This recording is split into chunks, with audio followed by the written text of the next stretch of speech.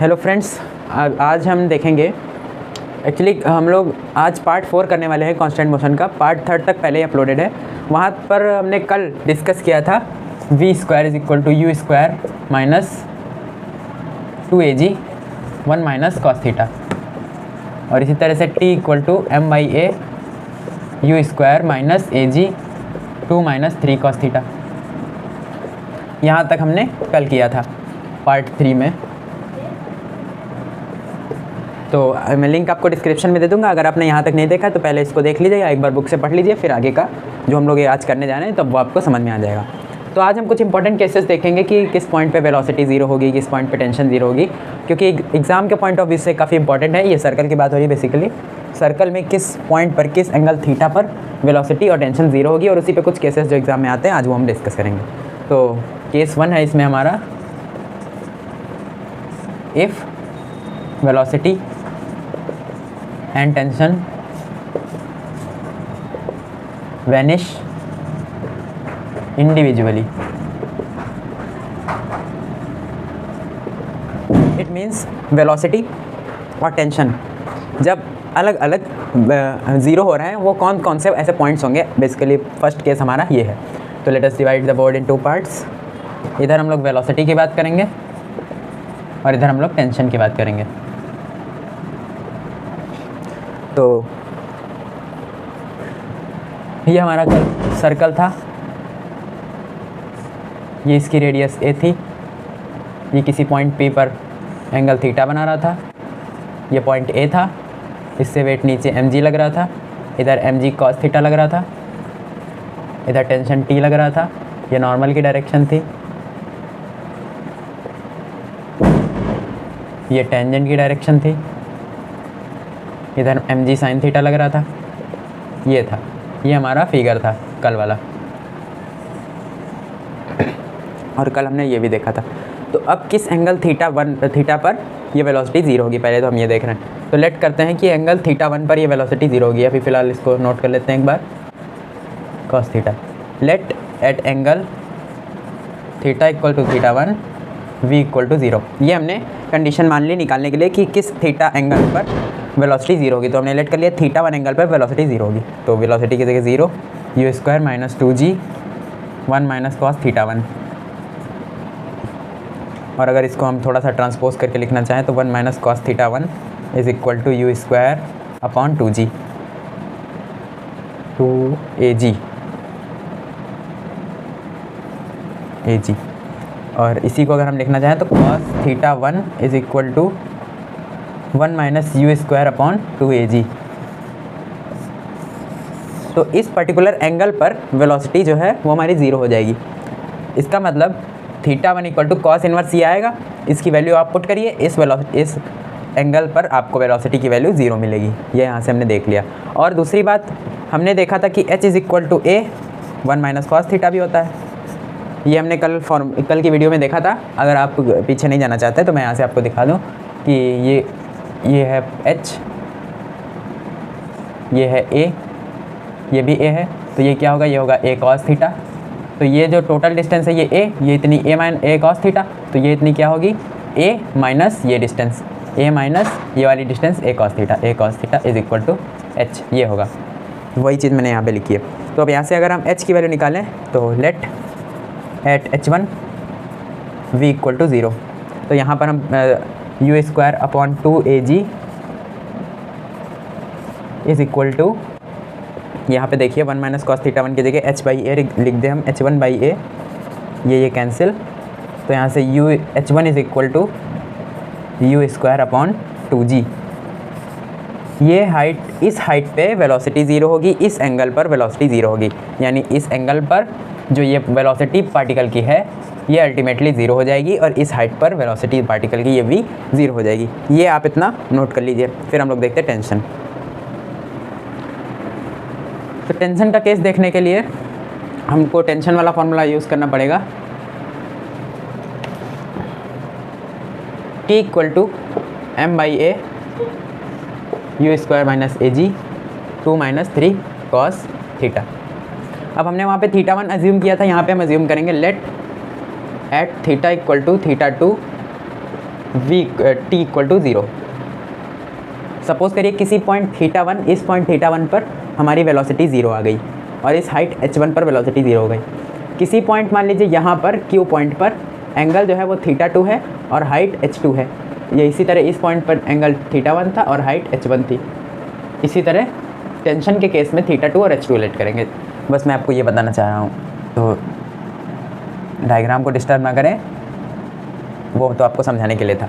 तो क्योंकि थीटा वहाँ पे ले चुके हैं θ1, इसलिए यहाँ पे θ2 ले लिया। तो लेट करिए θ2 पर टेंशन 0 है, तो टेंशन की वैल्यू 0 रखिए, थीटा की जगह θ2 रखिए। 2 - 3 cos θ2। अब इसको थोड़ा सा ट्रांसपोज करके अगर लिखें तो u² is equal to AG 2 - 3 cos θ2। तो यहाँ से आएगा u² upon AG, is equal to 2 - 3 cos θ2। यहाँ से हमारा आता है cos θ2 is equal to 2 - u² upon AG whole 1/3। आप देख लीजिए यही आ रहा है। cos θ2 is equal to 3 cos θ2 is equal to,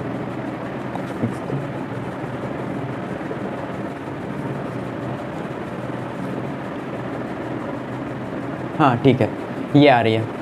अब हाइट देखने के लिए अब मुझे रब करना पड़ेगा, तो आप लोग इसको एक बार नोट कर लीजिए, फिर इसको मैं रब कर देता हूँ।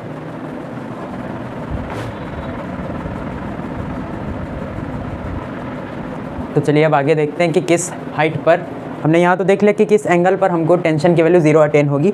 अब हम ये भी तो देखें कि किस हाइट पर टेंशन की वैल्यू 0 मिलती है। जैसे इस हाइट पर हमको वेलोसिटी 0 मिली, इस एंगल पर वेलोसिटी 0 मिली। उसी तरह हमको इस एंगल पर टेंशन तो 0 मिल गया, लेकिन अभी हमने हाइट नहीं देखा कि किस हाइट पर हमको टेंशन 0 मिलता है। तो आगे हम सॉल्व करते हैं अगर, तो cos θ2 इज इक्वल टू हमारे पास आया है 2/3 - 1/3 u² अपॉन AG।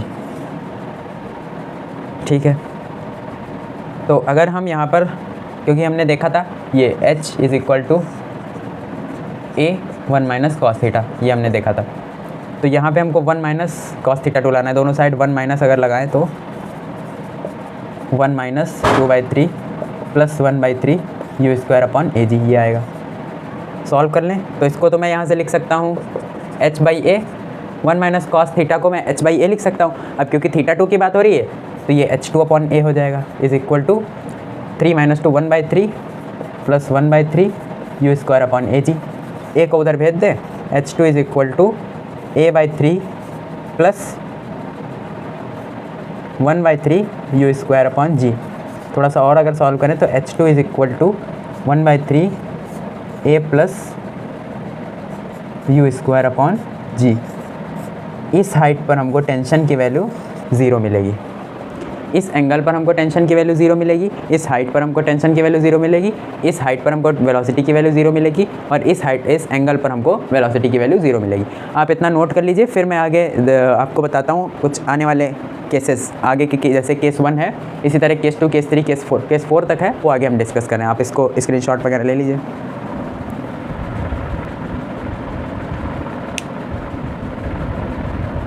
तो अभी हमने देखा cos θ1 जो कि वो एंगल है जिस पे वेलोसिटी 0 हो रही है, cos θ2 वो एंगल है जिस पे टेंशन 0 हो रहा है, h1 हाइट वो है जिस पे वेलोसिटी 0 हो जाएगी, h2 हाइट वो है जिस पे टेंशन 0 हो जाएगा।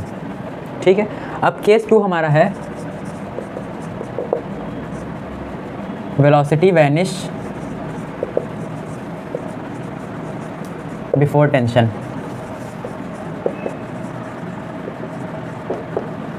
इसका मतलब टेंशन पहले 0 हो रही है, वेलोसिटी पहले 0 हो रही है, टेंशन बाद में 0 हो रहा है। तो वेलोसिटी हमको इस हाइट पर 0 मिल रही है, टेंशन हमको इस हाइट पे 0 मिल रही है। तो अगर हम हाइट h1 पे पहले पहुंच जाएं तो हमारी वेलोसिटी 0 हो जाएगी और हाइट h2 उसके बाद पहुंचेगी, तो उस पर टेंशन बाद में 0 होगा। कहने का मतलब ये अगर हमारा कर्व है, सर्कल है, यहाँ पे इसकी रेडियस a है, ये कोई पॉइंट P है जो कि जिसकी हाइट h1 है और ये पॉइंट Q है जिसकी हाइट h2 है और ये टोटल लेंथ a है, रेडियस, और ये हाइट h2 है। ये H1 और ये H2 और ये A है। तो अगर हम मतलब क्या बोल रहा है, वेलोसिटी पहले ज़ीरो हो, टेंशन बाद में ज़ीरो हो। अगर हम इस पॉइंट पे पहुंचते हैं पहले P पर, जिस पर कि हमारी वेलोसिटी ज़ीरो हो रही है, तो अगर हम पहले इसी पॉइंट पे पहुंच जाएं तो पहले वेलोसिटी ज़ीरो हो जाएगी। H1 हाइट पहले हमको मिल रही है तो वेलोसिटी पहले ज़ीरो हो रही है। H2 बाद में मिल रही है, इसका मतलब टेंशन बाद में ज़ीरो हो रहा है, क्योंकि H2 टेंशन के करस्पॉन्डिंग है, H1 वेलोसिटी के। तो अगर हम H1 हाइट हम पहले अटेन कर लें तो वेलोसिटी ज़ीरो हो जाएगी। इसका मतलब कि H1 लेस देन H2। यहाँ से आप देख लीजिए, H1 हमको पहले मिल रही तो H1 छोटी H2 बड़ी है, तो हमको H1 पहले मिलेगी, H2 बाद में मिलेगी। तो उस केस में हमारा वेलोसिटी टेंशन के पहले ज़ीरो हो जाएगा। तो H1 यहाँ से हमने लिख के रखा था, पहले ही निकाला था u²/2g, जो कि हमारा a/3 प्लस 1/3 u²/g, ये इससे छोटा है। तो अब अगर हम देखें तो u²/2g minus u²/3g is equal less than a/3, ये आएगा। तो यहाँ से अगर हम देखें तो u²/6g less than a/3 cancel, 2 u² less than 2g। ये अगर इस इनिशियल वेलोसिटी से, ये u है, इस इनिशियल वेलोसिटी से अगर हम फेंकें किसी पार्टिकल को तो वो H1 हाइट पहले प्राप्त कर लेगा। इसका मतलब वेलोसिटी उसकी पहले ज़ीरो हो जाएगी, टेंशन बाद में ज़ीरो होगी अगर वेलोसिटी इतनी है। तो आप इसको नोट कर लीजिए, फिर आगे देखते हैं कि आगे हमको क्या करना है। यहाँ तक आपने नोट कर लिया हो अगर, तो मैं इसको चलिए लिखा रहने देते हैं, u² लेस देन 2ag। तो यहाँ से हमको क्या मिलेगा, u less than √ag 2g। ये अगर हम इस वेलोसिटी से 2ag,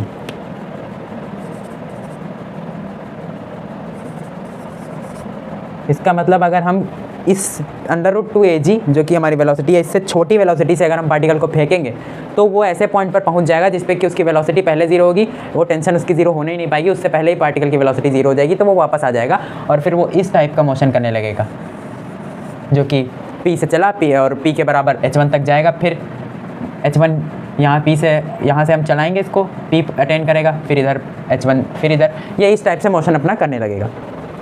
तो अब अगर हम यहाँ से देखें तो यहाँ से हमको मिल रहा है u²/2ag लेस देन 1, u²/2ag हमको लेस। तो हमने ये देख लिया है कि u²/2ag लेस देन 1 होगा। तो अगर हम इसको थोड़ा सा ट्रांसफॉर्म करके लिखना चाहें तो 1 माइनस u²/2ag, 2ag को 1 इसको इधर भेजिए तो ये क्या हो जाएगा, ग्रेटर देन 0 हो जाएगा। ये ग्रेटर देन 0 हो गया। तो अब अगर देखिए 1 माइनस u²/2ag हमारा cos θ1 के इक्वल था, तो यहाँ से हम लिख दें cos θ1 ग्रेटर देन 0, ये हो गया। cos θ1 हमको ग्रेटर देन 0 मिल गया। अब क्या करें, दोनों साइड अगर cos इन्वर्स ले लें तो cos inverse cos θ1 less than cos inverse 0 हो जाएगा। जब हम इन्वर्स लेते हैं, डिवाइड करते हैं, सब्ट्रैक्ट करते हैं तो ये साइन पलट जाते हैं। जैसे ये साइन यहाँ पे ग्रेटर देन का था, अब वो लेस देन का हो जाएगा। तो ये ऐसा हो गया। तो यहाँ से हमको θ1 लेस देन π/2 मिल गया। और अगर हम देखना चाहें हाइट तो यहाँ पर हम रख दें H1 इज इक्वल टू, हमारे पास क्या था, u²/2g, और हमने यहाँ से देखा u²/2ag लेस देन 1 है। तो हम यहाँ से अगर देखें, यहाँ से u²/2ag is less than 1, a को उठा के हम इधर भेज दें, u²/2g लेस देन a हो जाएगा। और u²/2g की वैल्यू हमारे पास क्या है, H1, तो H1 लेस देन a हो जाएगा। तो आप इतना देख लीजिए, फिर मैं इसको डायग्राम से अगर देखूं, ये डायग्राम है उसका, पार्टिकल मूव कर रहा है, ये रेडियस a है, किसी पॉइंट H1 पर, किसी हाइट H1 पर पॉइंट P पर पार्टिकल की वेलोसिटी 0 हो जा रही है, ये a है, ठीक है। किसी पॉइंट P पर पार्टिकल की वेलोसिटी 0 हो रही है। ये, और ये एंगल थीटा 1 है। जब थीटा 1 होगा तभी तो वेलोसिटी ज़ीरो होगी। और हाँ, मेन बात ये है कि ये पार्टिकल जो है उसकी वेलोसिटी u²/2g से लेस होनी चाहिए, तभी हमको ये केस मिलेगा, u <2ag। ये अगर ये कंडीशन फुलफ़िल कर रही है तो हमारे पास वेलोसिटी टेंशन से पहले ज़ीरो हो जाएगी, जो कि हमने यहाँ पे देखा। दूसरी कंडीशन हमारे पास क्या निकल के आई, एक कंडीशन ये है, एक कंडीशन ये है, एक कंडीशन ये है। ये तीन कंडीशन इस पर्टिकुलर केस से हमको पता चलती हैं। तो cos θ1 π/2 होना चाहिए। θ1 π/2 कहाँ पे होगा, इस पॉइंट पे π/2 होगा। θ1 की वैल्यू π/2 इस पॉइंट पे होगी। तो हमको B से नीचे ही कोई एक ऐसा पॉइंट मिलेगा जिस पर कि वेलोसिटी ज़ीरो होगी। ये हमको यही तो बता रहा है। इसका फिज़िकल सिग्निफिकेंस क्या है, इसका फिज़िकल सिग्निफिकेंस यही तो है कि θ1 π/2 होना चाहिए। मतलब θ1 की वैल्यू जो है वो π/2 से कम होनी चाहिए, और यहाँ तक θ1 की वैल्यू π/2 है। तो यानी इस पॉइंट से नीचे ही हमको कोई ऐसा पॉइंट मिलेगा जिस पे अगर हम पार्टिकल को इस स्पीड से फेंकते हैं तो हमारी जो वेलोसिटी है इसी पॉइंट पर वो टेंशन के पहले ज़ीरो हो जाएगी। दूसरी बात, h1 कह रहा है a a होना चाहिए। h1 = a कहाँ पे होगा, यहाँ पे θ1 = π/2 और h1 = a, ये होगा इस पॉइंट पर। h1 की वैल्यू यहाँ तक अगर पार्टिकल चढ़ रहा है तो a हो रही है। तो यहाँ से भी हमको सेम चीज़ पता चल रही है कि B के नीचे ही हमको कोई ऐसा पॉइंट मिलेगा जिस पे वेलोसिटी ज़ीरो होगी। और अगर हमको वेलोसिटी टेंशन से पहले ज़ीरो हो रही तो पार्टिकल समझ लीजिए, मान लीजिए यहाँ पे पार्टिकल की वेलोसिटी ज़ीरो हो रही है, तो वो वापस अपने पाथ पे आएगा और फिर इधर उतना ही जाएगा जितना यहाँ पे चढ़ा था ये। और ये कुछ इस तरह का मोशन अपने पॉइंट मीन पोजीशन A के अबाउट करेगा। तो यहाँ से हमने इतनी चीज़ें देख ली हैं, और लिखना चाहें तो लिख भी सकते हैं। दिस शोज दैट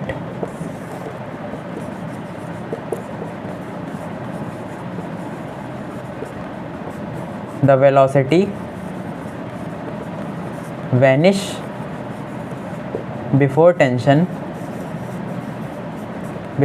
की जगह हमने T लिख दिया है, आप लोग पूरा लिख दीजिएगा। Before tension if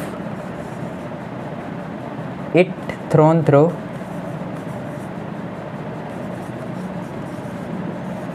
velocity u <√2ag and this condition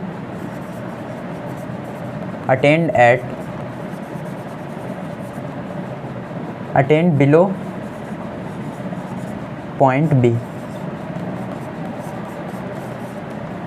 ये देखिए, this shows that velocity vanish before tension, मतलब वेलोसिटी पहले ज़ीरो हो रही, टेंशन बाद में ज़ीरो हो रही। इफ़ ऐसा तब होगा जब जो पार्टिकल है वो इनिशियल वेलोसिटी u <√2ag से फेंका गया, और ये कंडीशन हमको तब मिलेगी जब हमारी particle condition attend below point B। मतलब ये जो कंडीशन हमने इधर डिस्क्राइब की है, ये पूरी कंडीशन हमको पॉइंट B के नीचे ही मिल जाएगी। पॉइंट B के ऊपर पार्टिकल जाने ही नहीं पाएगा, क्योंकि यहाँ से हमको θ1 π/2 मिल गया। आप इसको स्क्रीनशॉट ले लीजिए, फिर हम आगे डिस्कस करते हैं। तो फ्रेंड्स, लास्ट केस में हमने ये डिस्कस कर लिया कि ऐसा कौन सा पॉइंट होगा जिस पे हमको वेलोसिटी पहले ज़ीरो मिलेगी, टेंशन बाद में। अब हम केस थर्ड डिस्कस करते हैं, जो कि हमारा है if velocity and tension vanish simultaneously.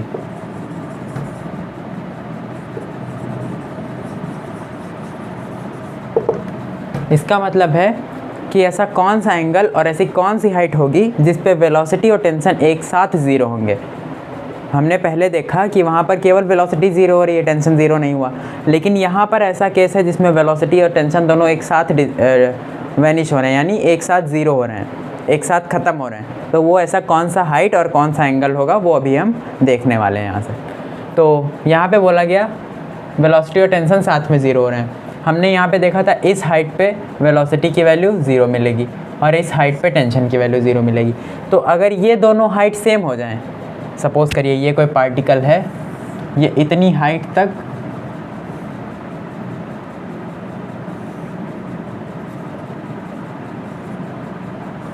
ये पॉइंट P तक चढ़ा जो कि इसकी हाइट h है।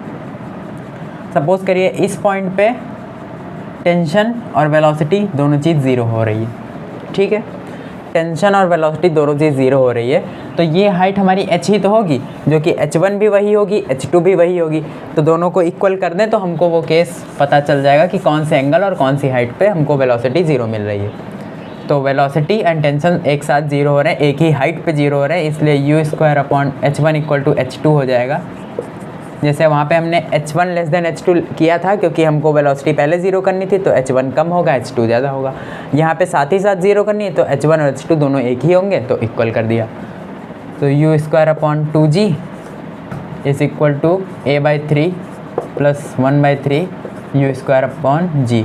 इसको 3g लिख देते हैं, u² / 3g। थोड़ा सा सॉल्व कर लेते हैं इसको। u² / 2g - u² / 3g = a/3। ये आ जाएगा यहाँ से u² / 6g = a/3। ये आएगा हमारा 2। तो u² = 2ag और u = √2ag। ये हमको मिला, पहली कंडीशन मिली। ये जहाँ जहाँ मैं स्क्वायर कर रहा हूँ ये इंपॉर्टेंट कंडीशंस हैं, यही कंडीशंस बस आपको डेराइव करनी रहेंगी। एग्ज़ाम में बस सीधा सीधा पूछ लेगा कि ऐसा कौन सा पॉइंट होगा जिस पे वेलोसिटी और टेंशन साथ में ज़ीरो हो जाए। तो ये u हमको मिली इनिशियल वेलोसिटी। अगर पार्टिकल इस वेलोसिटी से फेंका जाए u² = 2ag या u = √2ag, अगर पार्टिकल की इतनी वेलोसिटी हो रही है तो उसकी वेलोसिटी और टेंशन एक साथ एक पॉइंट पे ज़ीरो होंगे, अगर इनिशियल वेलोसिटी उसकी इतनी है। सपोज़ करिए हम इस वेलोसिटी से पार्टिकल को ऊपर फेंकते हैं तो वो उसी पॉइंट पे जाके रुकेगा जिस पॉइंट पे उसकी वेलोसिटी और टेंशन दोनों चीज़ इक्वल होगी। अब यहाँ से हम थीटा और हाइट h देखें क्या होगी।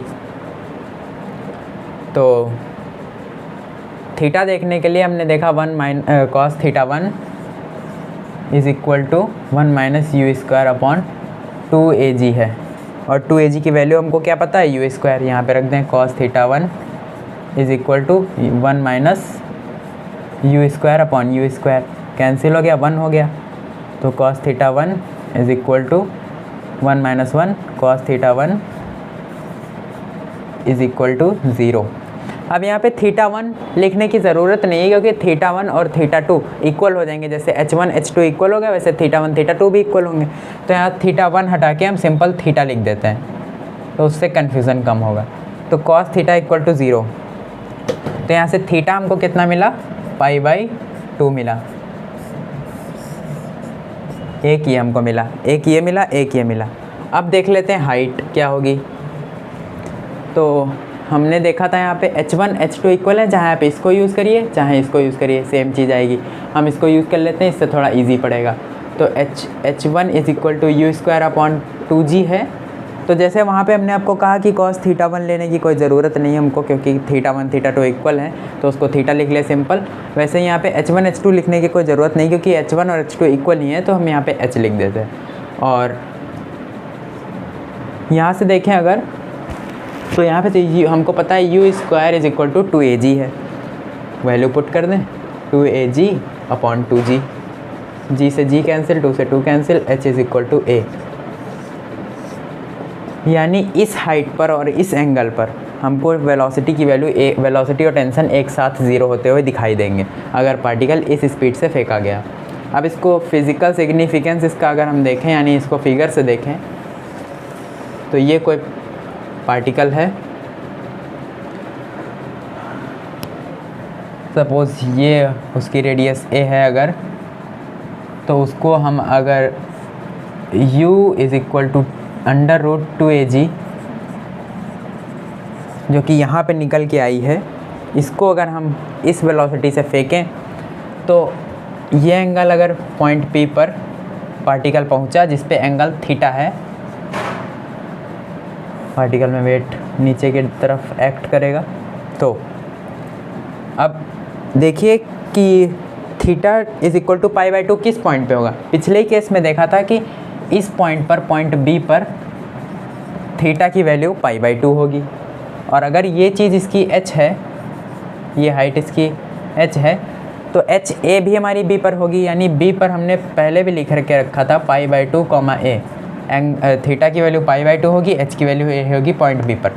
तो यहाँ से हमको क्या पता चला कि पॉइंट बी ऐसा पॉइंट है जिस पे वेलोसिटी और टेंशन एक साथ 0 हो रहे हैं, क्योंकि अगर आप यहाँ पे हाइट देखिए तो वो a है, और अगर एंगल देखिए तो वो π/2 है। ये एंगल, ये पूरा एंगल π/2 है और ये हाइट h है।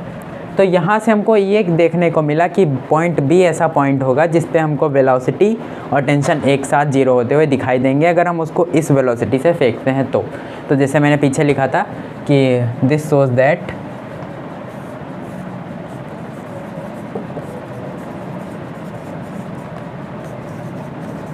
Velocity and tension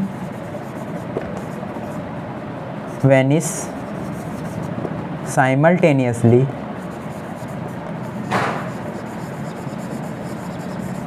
at point B। तो आप अगर एग्ज़ाम में इतना ही लिख देते हैं, वो फिगर बना देते हैं, क्योंकि फ़िगर हर केस में बनाना बहुत इंपॉर्टेंट है। अगर आप फिगर बना देते हैं तो अब पूरा कॉन्सेप्ट क्लियर हो जाता है, फिर आप ये ना लिखें तो भी ठीक है। तो अगर आपको कोई भी डाउट है इसके रिगार्डिंग तो कमेंट्स में बताइएगा। फिर अभी हम देखते हैं केस 4, जो कि लास्ट केस होने वाला है आज की वीडियो का। बस फिर वीडियो यहीं पे ख़त्म करते हैं, वैसे भी काफ़ी लंबी वीडियो हो गई है, तो देख लीजिए, इतना नोट कर लीजिए, स्क्रीनशॉट ले लीजिए, फिर आगे देखते हैं।